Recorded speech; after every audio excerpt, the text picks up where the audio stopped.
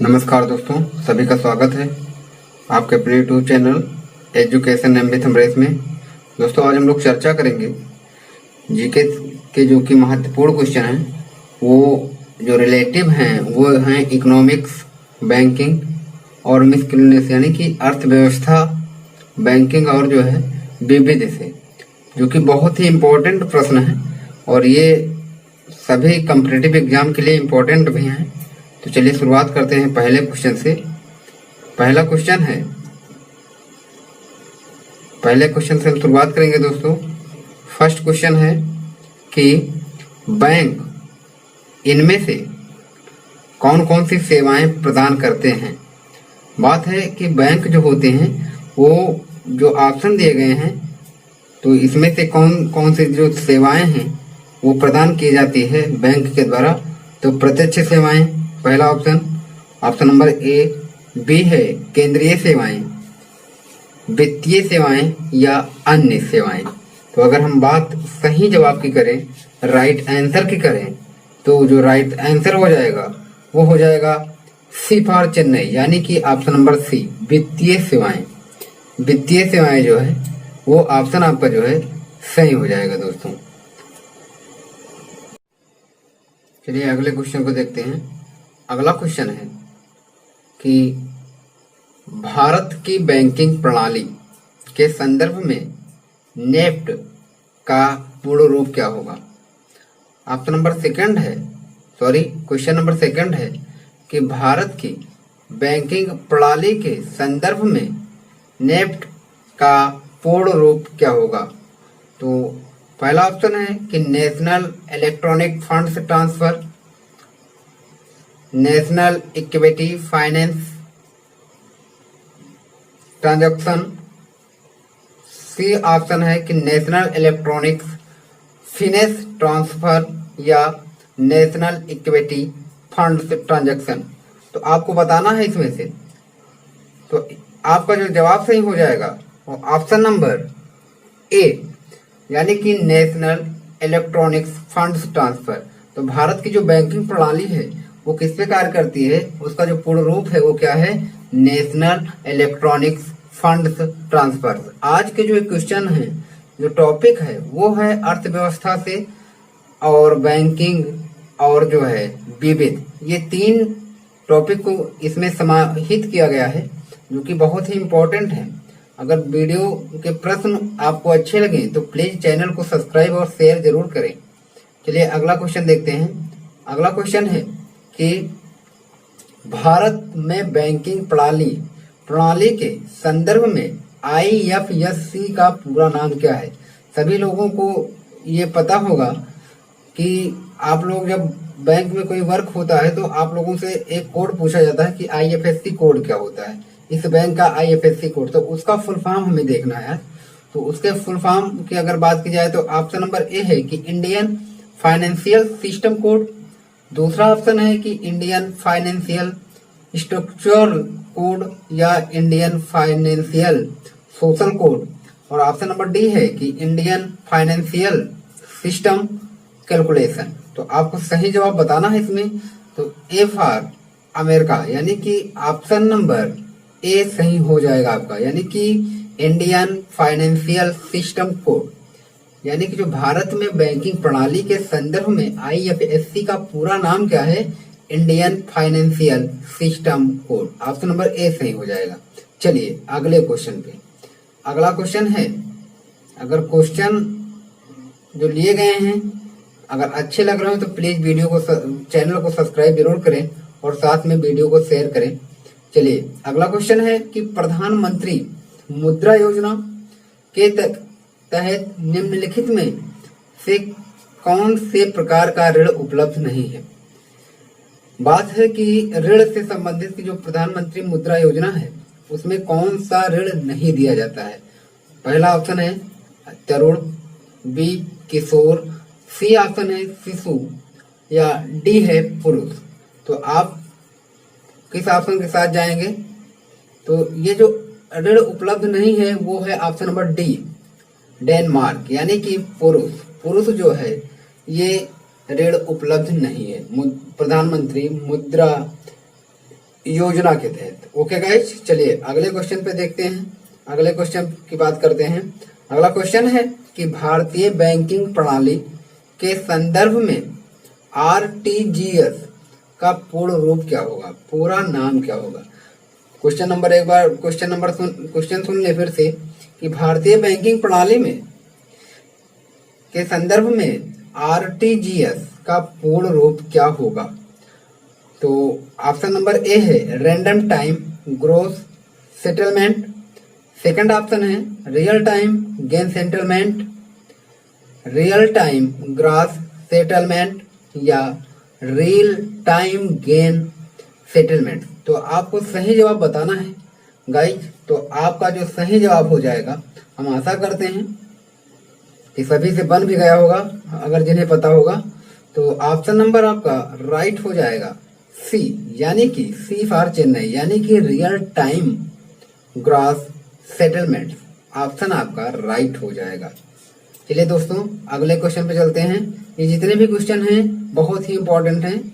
और अगला क्वेश्चन है कि निम्नलिखित में से कौन सा व्यक्ति भारतीय रिजर्व बैंक का गवर्नर नहीं था। ऑप्शन नंबर ए है Manmohan Singh, option number B है M S. Gill, C M Narasimhan या डी सुब्बाराव। तो आपको सही जवाब बताना है कि गवर्नर कौन नहीं था भारतीय आरबीआई का गवर्नर। तो आरबीआई के गवर्नर की बात है, तो वो कौन नहीं थे, आपको सही जवाब बताना है। तो ऑप्शन नंबर आपका बी, यानी कि एम.एस. गिल जी जो थे वो भारतीय रिजर्व बैंक के गवर्नर नहीं थे। चलिए अगला क्वेश्चन देखते हैं। अगला क्वेश्चन है कि आपका भला सबकी भलाई किस बैंक की टैग लाइन है, यानी कि उत्पाद। तो ऑप्शन नंबर ए है Canara bank, option number B Bandhan bank, option number C HDFC bank या ऑप्शन नंबर डी है Bharatiya state bank. Option number आपको सही बताना है, तो ऑप्शन आपको सही बताना है, तो आशा करते हैं बन गया होगा। तो वो बंधन बैंक, जो बंधन बैंक है उसके अंतर्गत क्या होता है, जो उसकी टैग है, टैग लाइन है, वो क्या है, आपका भला सबकी भलाई। किस बैंक की टैग लाइन है, तो बंधन बैंक की। दोस्तों चलिए अगला क्वेश्चन देखते हैं। अगला क्वेश्चन है कि बढ़ती का नामक जिंदगी निम्नलिखित में से किस बैंक की टैग लाइन है। एक उत्पाद होता है जो टैग लाइन होती है। तो ऑप्शन नंबर ए है सिंडिकेट या कारपोरेशन या एक्सिस बैंक या इंडियन। तो ऑप्शन सही बताना है आपको। तो ऑप्शन नंबर सही हो जाएगा Axis bank, C for Chennai. Option number C के साथ सभी जाएंगे। चलिए गाइज अगला क्वेश्चन जल्दी से देख लेते हैं। और अगर आप चैनल पे नए हैं तो प्लीज चैनल को जरूर सब्सक्राइब करें। चलिए, कौन सा बैंक अपने माइक्रो एटीएम टेबलेट के माध्यम से आधार आधारित लेन देन के लिए आइरिस यानी कि आंख की जो पुतली होती है स्कैन प्रमाणीकरण सुविधा शुरू करने वाला पहला जो है बैंक बन गया है, देश का पहला बैंक बन गया है। यानी कि जो आपके आंखों की पुतली का जो है उसमें क्या किया जाएगा, परीक्षण किया जाएगा, उसके बाद उसमें देन लेन होगा। तो वो कौन सा बैंक हो जाएगा, वो बैंक हो जाएगा आपका ऑप्शन नंबर ए यानी कि एक्सिस बैंक। चलिए अगला क्वेश्चन है कि इनमें से कौन सा बैंक देश का सबसे पहला बैंक है। Canara bank, bank of Hindustani, Vijay bank या भारतीय स्टेट बैंक। इसमें पहला बैंक कौन सा है, तो पहला बैंक है bank of Hindustani. Option number B सही जवाब हो जाएगा। अगला क्वेश्चन है, इंपॉर्टेंट भी है कि हवाला क्या है। हवाला क्या है, एक कर अपवचन है या विदेशी मुद्रा विनिमय का अवैध कारोबार है या किसी विषय की पूर्ण जानकारी या शेयर बाजार में प्रतिभूतियों का अवैध लेन देन है। तो इसमें सही जवाब बताना है गाइस आपको। ऑप्शन नंबर कौन सा सही होगा, तो ऑप्शन नंबर सही हो जाएगा बी, यानी कि विदेश मुद्रा विनिमय का अवैध कारोबार। हवाला क्या है? एक विदेशी जो मुद्रा है उसके विनिमय का एक अवैध कारोबार है। क्वेश्चन नंबर 12 पे चलते हैं। क्वेश्चन है कि इनमें से कौन सी कंपनी भारत में स्टॉक एक्सचेंजों करने वाली मुख्य कंपनी है? पहला ऑप्शन है नेशनल स्टॉक एक्सचेंज, या बैंक ऑफ बड़ौदा, या सीबीएसई, या एसआईबीआई। तो आपको सही जवाब बताना है गाइस। तो ऑप्शन सही हो जाएगा नेशनल स्टॉक एक्सचेंज, यानी कि जो भारत में स्टॉक एक्सचेंज करने वाली कंपनी है वो कौन सी है? तो आपको याद रखना है कि नेशनल स्टॉक एक्सचेंज कंपनी। अगला क्वेश्चन देखते हैं। इनमें से किस स्थान पर विश्व का तीसरा सबसे बड़ा स्टॉक नेशनल स्टॉक एक्सचेंज स्थित है? ऑप्शन नंबर ए है New Delhi, option number B Mumbai, C है कोलकाता, और ऑप्शन नंबर डी बेंगलोर। तो ऑप्शन आपको सही बताना है। तो ये मुंबई आपका सही जवाब हो जाएगा। मुंबई सही जवाब हो जाएगा। चलिए अगले क्वेश्चन पे चलते हैं कि वर्ष 1919 में महात्मा गांधी के द्वारा इनमें से किस बैंक का उद्घाटन किया गया था 1919 में? तो ऑप्शन सही हो जाएगा ऑप्शन नंबर बी, यानी कि union bank of India. Union bank of India का किसके द्वारा? महात्मा गांधी के द्वारा। कब? 1919 में। चलिए गाइस अगला क्वेश्चन देखते हैं। अगला क्वेश्चन है कि भारतीय जीवन बीमा निगम की स्थापना किस वर्ष हुई थी? एक बार आपको फिर से बताना चाहेंगे कि आज का जो टॉपिक है वो भारत की अर्थव्यवस्था, विविध और बैंक से संबंधित प्रश्नों पर आधारित क्लास है दोस्तों। चलिए क्वेश्चन है कि भारतीय जीवन बीमा निगम की स्थापना किस वर्ष हुई थी? तो सही जवाब बताना है आपको। सही जवाब हो जाएगा 1956, 1956 में। Option number A for America right जवाब हो जाएगा। चलिए अगला क्वेश्चन है कि इनमें से कौन सी नियमन बीमा कंपनी है? LIC, DGBI, या SBI, या IRDA? सही जवाब बताना है। तो सही जवाब हो जाएगा IRDA जो है भारत की एक नियमन बीमा कंपनी है, यानी कि ऑप्शन नंबर डी सही हो जाएगा। चलिए दोस्तों अगला क्वेश्चन है कि किस वर्ष नाबार्ड की स्थापना हुई थी? 17वां जो क्वेश्चन है कि किस वर्ष नाबार्ड की स्थापना हुई थी? तो हुई थी 1982 ईस्वी में। 1982।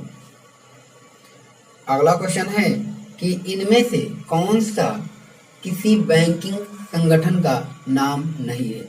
State Bank of India, option number B HDFC, option number C ICIC। तो सभी को पता है स्टेट बैंक ऑफ इंडिया एक बैंकिंग संगठन है, HDFC भी है, ICICI भी है, यानी कि सेबी। ऑप्शन नंबर आपका डी जो है नहीं है। चलिए अगला क्वेश्चन है कि राष्ट्रीय आवास बैंक NHB भारतीय रिजर्व बैंक RBI की पूर्ण स्वामित्व वाली सहायक कंपनी को निम्नलिखित कार्यों में से किसके अंतर्गत स्थापित किया गया है? ऑप्शन नंबर ए है बैंकिंग विनिमयन अधिनियम 1949 के द्वारा, या भारतीय रिजर्व बैंक अधिनियम 1934 के द्वारा, या कंपनी अधिनियम 1956 के द्वारा, या जो आपका डी ऑप्शन है राष्ट्रीय आवास बैंक अधिनियम 1987 के द्वारा। आपको सही जवाब बताना है गाइस। तो सही जवाब हो जाएगा आपका राष्ट्रीय आवास बैंक अधिनियम 1987 के द्वारा। ऑप्शन नंबर डी आपका सही जवाब होगा।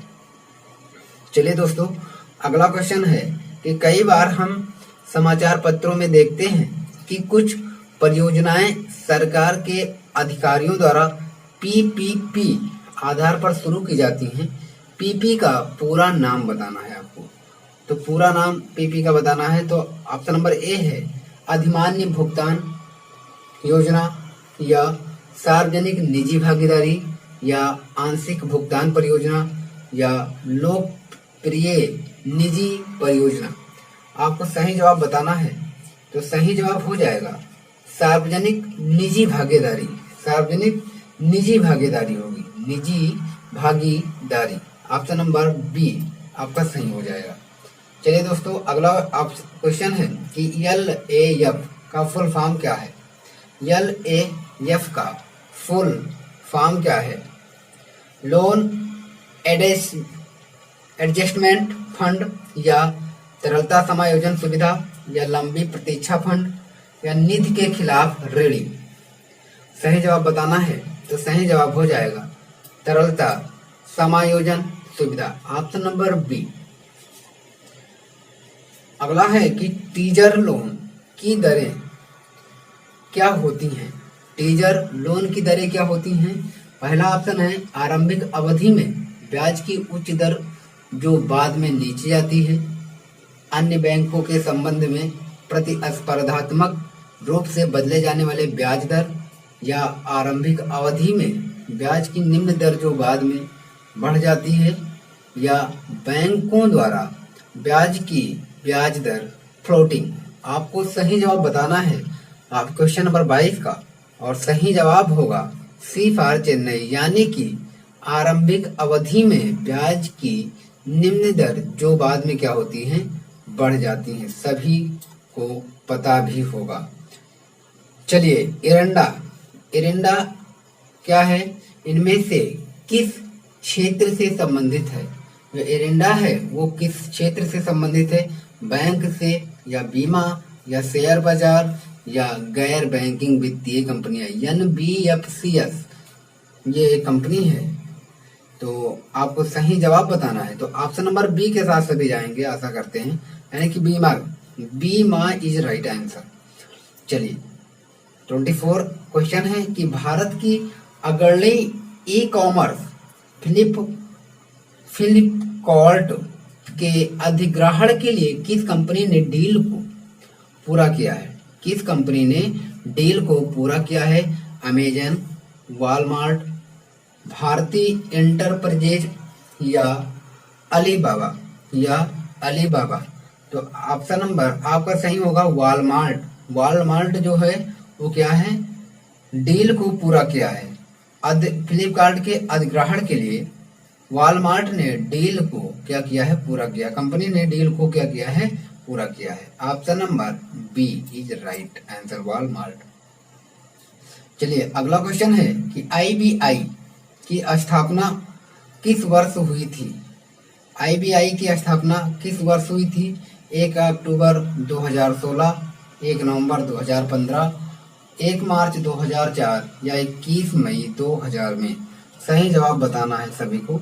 तो सही जवाब हो जाएगा 1 अक्टूबर 2016। ऑप्शन नंबर ए राइट आंसर।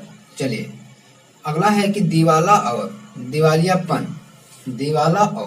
दिवालियापन संहिता लोकसभा द्वारा कब पारित की गई? तो 1 अक्टूबर 2007, 1 नवंबर 2005, या 5 मार्च 2000, या 5 मई 2016 को।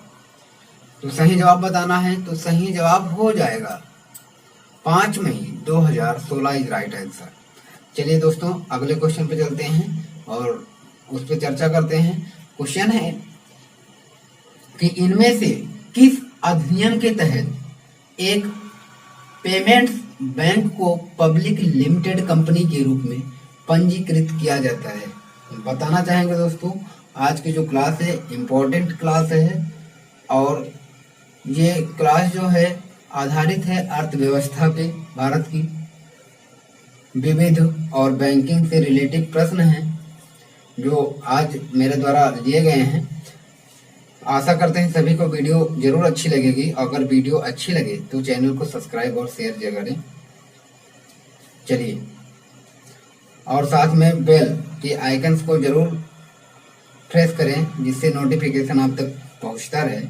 क्वेश्चन है कि इनमें से किस अधिनियम के तहत एक पेमेंट्स बैंक को पब्लिक लिमिटेड कंपनी के रूप में पंजीकृत किया जाता है? फर्स्ट ऑप्शन है कंपनी अधिनियम 2013 या भुगतान और निपटान प्रणाली अधिनियम 2007 या कंपनी अधिनियम 1956 या बैंकिंग विनियमन अधिनियम 1949। सही जवाब बताना है दोस्तों। सही जवाब हो जाएगा कंपनी अधिनियम 2013। कंपनी अधिनियम 2013 ऑप्शन नंबर ए सही हो जाएगा। दोस्तों, वीडियो के लास्ट में कुछ बहुत ही महत्वपूर्ण पॉइंट्स लिए गए हैं, इसलिए आप वीडियो को बीच में न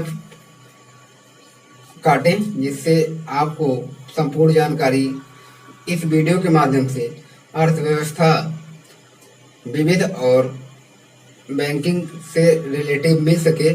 तो कुछ पॉइंट हैं जो लास्ट में हमारे द्वारा लिए गए हैं। चलिए, अगला क्वेश्चन है कि राष्ट्रीय कंपनी कानून अपीलीय न्यायाधिकरण NCLT एक किस प्रकार का निकाय है? नियामक निकाय, न्यायिक निकाय, वैधानिक निकाय, इनमें से कोई नहीं। इनमें से कोई नहीं। तो सही जवाब बताना है। तो एक न्यायिक निकाय, जो राष्ट्रीय कंपनी कानून अपीलीय न्यायाधिकरण यानी कि NCLT जो होता है, एक प्रकार का न्यायिक निकाय होता है। न्यायिक निकाय होता है। ऑप्शन नंबर बी सही होगा। अगला क्वेश्चन है कि नेशनल कंपनी लॉ ट्रिब्यूनल को कब गठित किया गया था?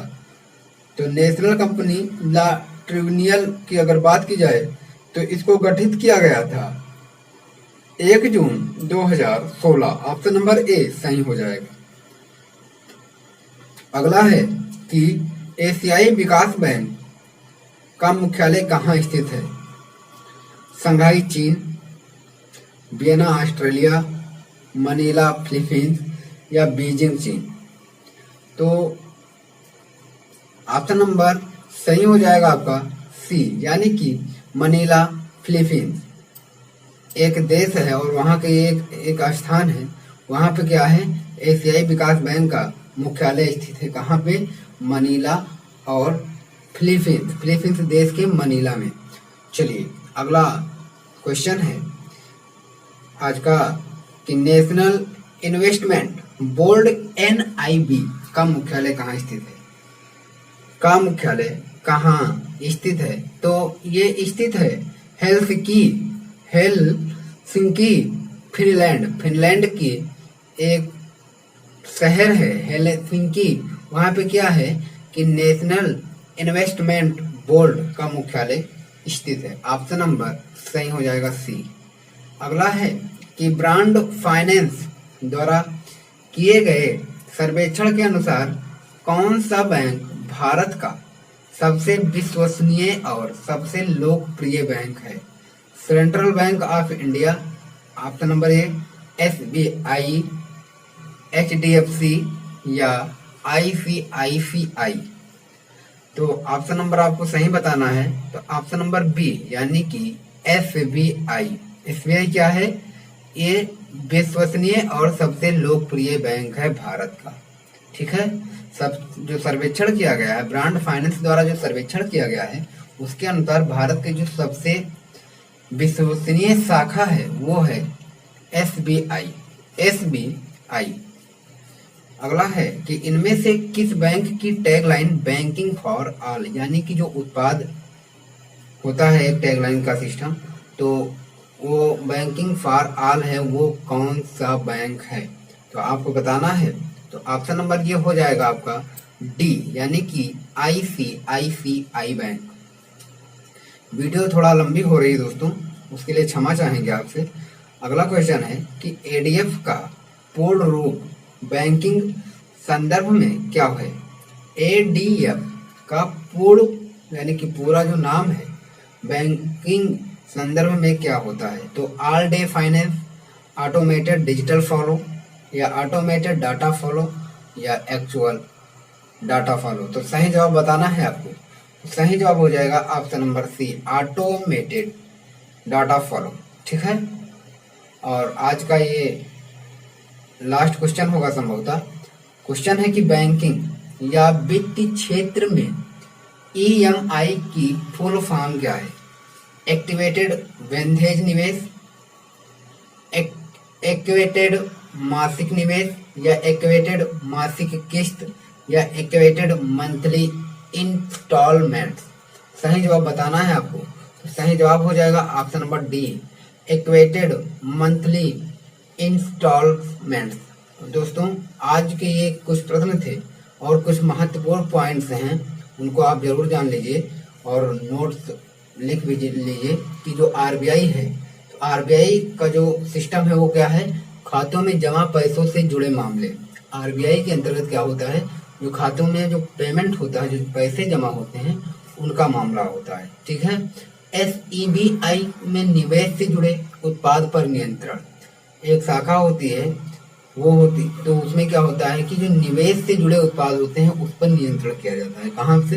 एसईबीआई के द्वारा। दूसरा अगला है कि आईआरडीए क्या है? ये बीमा से जुड़े उत्पाद पर नियंत्रण। एक जो बीमा की कंपनी है उसमें क्या होता है कि बीमा से जुड़े जो टैगलाइन होती है उस पर नियंत्रण किया जाता है। अगला है पीएफआरडीए, यानी कि इससे क्या होता है? ये होता है पेंशन से जुड़े उत्पाद पर नियंत्रण किया जाता है। एफएमसी जो है वस्तु आधारित अभी विनिमय व्यापार। और नाबार्ड क्या होता है? वेरी वेरी मोस्ट इम्पोर्टेंट पूछा जाता है। तो इसके द्वारा जो नाबार्ड होता है तो ये होता है क्षेत्रीय ग्रामीण बैंक के साथ राज्य व जिलों के कोऑपरेटिव बैंक की निगरानी कौन करता है? नाबार्ड करता है। नाबार्ड क्या करता है? जो कोऑपरेटिव बैंक या क्षेत्रीय ग्रामीण बैंक होते हैं उनकी निगरानी किसके द्वारा की जाती है? नाबार्ड के द्वारा। अगला है कि एनएचबी के द्वारा क्या होता है कि घर के लिए लोन देने वाली क्या होती है? एक संस्था है, एक कंपनी है। कौन? एनएचबी। अगला है कि एसआईडीबीआई क्या है? तो ये एक राज्य वित्त राज्य वित्त निगम। अगला है कि एफएसडीसी जो है ये क्या होती है? तो ये एजेंसियों के साथ विवाद को हल करने का काम करता है। कौन? एफएसडीसी। दोस्तों इसी के साथ आज की वीडियो समाप्त होती है। आशा करते हैं वीडियो आपको अच्छी लगी होगी, और वीडियो अगर अच्छी लगी है तो वीडियो शेयर जरूर करें और साथ में चैनल को सब्सक्राइब करना ना भूलें, और साथ में बेल की घंटी यानी कि जो घंटी है उस पर प्रेस जरूर करें, जिससे मेरे द्वारा जो भी वीडियो अपलोड की जाए उसका नोटिफिकेशन आप तक पहुंचे। तो दोस्तों इसी के साथ सभी को जय हिंद, जय भारत, वंदे मातरम। सभी को धन्यवाद।